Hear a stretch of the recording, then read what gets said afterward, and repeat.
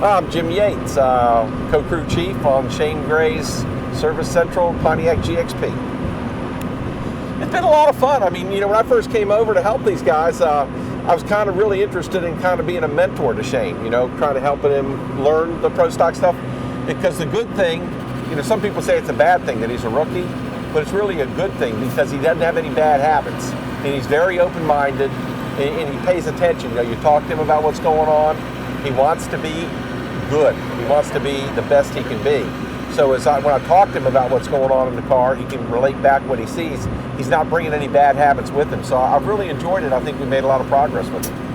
Well, and this year, Johnny obviously is back behind the wheel of a funny car, and we talked to him, a couple of weeks ago in Palm Beach, Florida, and I know that he's got to feel a level of comfort having you as a crew chief for his kids, since you're a father as well, who's had a son racing in the sport. Yeah, and I think sometimes, there's a certain line you got to keep between father and son. When my son Jamie started driving a pro stock car, I let him go to Roy Hill to learn. Okay, I didn't teach him myself because I wanted him to learn from someone other than me. And I think that Johnny had a lot of influence on Shane when he first started running the comp car and stuff. And when we first started racing pro stock, he kind of, he helped him on the big stuff, and then he kind of let me take over on some of the stuff because he was busy on his own.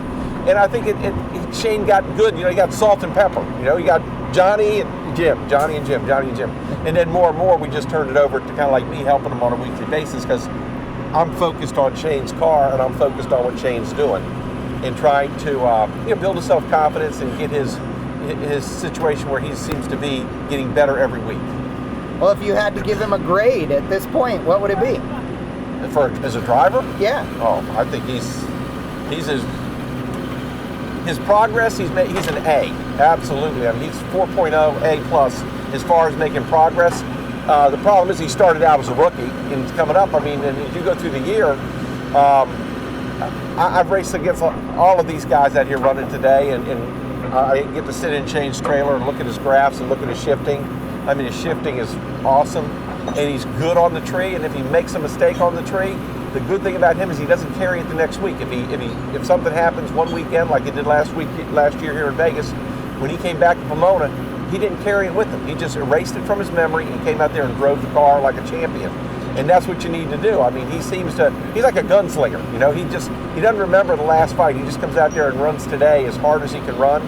And that's what I'm impressed with him about, is he doesn't carry all that baggage with him. He goes out there, he knows he's good. He's got that confidence.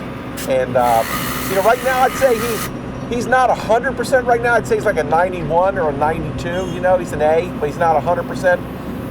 His effort's 100%. His improvement's 100%. But he's still about a 91, 92, and we're trying to get him back to be, and I don't know that there's any hunters out here besides maybe, Jag, Conley's pretty darn good, but, in my opinion, if Shane keeps working on it and doing the physical workout stuff he's doing now and keeps working on his program, I think he'll be as good as anybody out here. What's the deal with Johnny being gone? I mean, how does that affect you for 2011? I don't think Johnny's gone. I think he's in the trailer somewhere hiding right now. He's going to be driving the funny car, but he'll be active over here. He kind of let us work on the car more of our own, and Johnny was the kind of guy that would come in and look at the graph and give you some input and then say, hey, I'm not telling you what to do, I'm just pointing this out, and give us some insight. He's been doing this for like 50 years or something,